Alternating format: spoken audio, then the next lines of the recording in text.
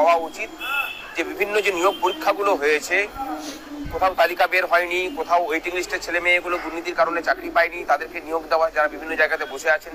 তাছাড়া নতুনভাবে নিয়োগ করার জন্য বিজ্ঞপ্তি জারি করা।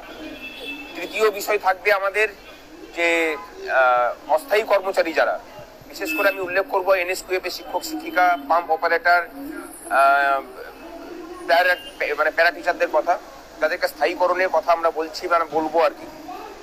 এবং তারপরে হচ্ছে যে আন্দোলন করতে গেলেই সরকারের বিরুদ্ধে প্রশ্ন তুললে পরেই তাকে ডিটেলমেন্ট করে পাঠানো হচ্ছে উত্তরবঙ্গে, সেই ব্যবস্থার বদল চাই। ডিটেলমেন্ট কথাটাই তো একটা ঔপনিবেশিক কথাবার্তা। একটা স্বাধীন দেশে আবার ডিটেলমেন্ট কথাটা প্রয়োগ কিভাবে হবে? এবং সেখানে করে পরে রাজ্য সরকারি কর্মচারীদের যে মানব সম্পদ সেটাকে নষ্ট করা হচ্ছে বলে আমরা মনে করছি, সেই বিষয়গুলো তুলে ধরা হবে। এবং তার সাথে SSC এই 2016 প্যানেলের যে মামলা সুপ্রিম কোর্টে চলছে, আমরা খুব পরিষ্কারভাবে চাই যে সেগ্রিগেশন হোক, এবং সেগ্রিগেশনের কাজটা সুপ্রিম কোর্টের আগে রাজ্য সরকার নির্দেশ দিক প্রাথমিক মানে মাধ্যমিক শিক্ষা পর্ষদ এবং SSC-কে, যে তোমরা টেন্টেডদের তালিকা প্রকাশ করে, তালিকা তৈরি করে সমস্ত টেন্টেডদের নাম সুপ্রিম কোর্টে পরবর্তী শুনানিতে জমা করো, তাহলে এই সেগ্রিগেশনে কোনো অসুবিধা থাকবে না।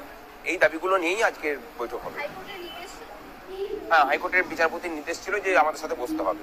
দেখুন, এটা তো খুব মানে একটা খুব মৌলিক প্রশ্ন। যে রাজ্যের সরকারি কর্মচারীরা তাদের দাবি দাওয়া নিয়ে বিগত 2 বছর ধরে লাগাতার আন্দোলন করে গেলেও সরকারের মনে হয় না যে বসে পড়ে আলোচনা করে সমাধান করা প্রয়োজন, সেই সরকারটা মানুষের জন্য আন্তরিকভাবে কোনো কাজ করতে পারে বলে আমরা অন্তত বিশ্বাস করি না।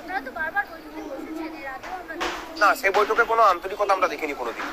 প্রত্যেকটা ক্ষেত্রেই তো দেখতে পাচ্ছেন, রিসেন্টলি আরজিকর নিয়ে একাধিক বৈঠক হয়েছে, অশ্বডিম্ব প্রসব হয়েছে।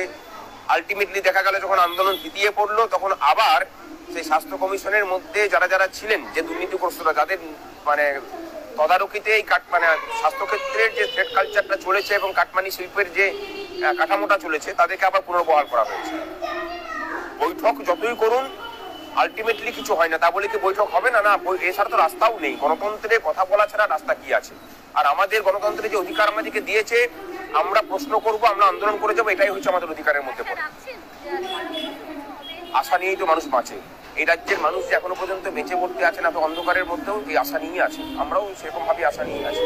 তবে এটা আমরা নিজেদের উপর ভরসা রাখছি যে শুধু আশা নয়, মানে তিনি দাক্ষিণ্য দেবেন তার আশা নয়, আমরা আদায় করে নেব।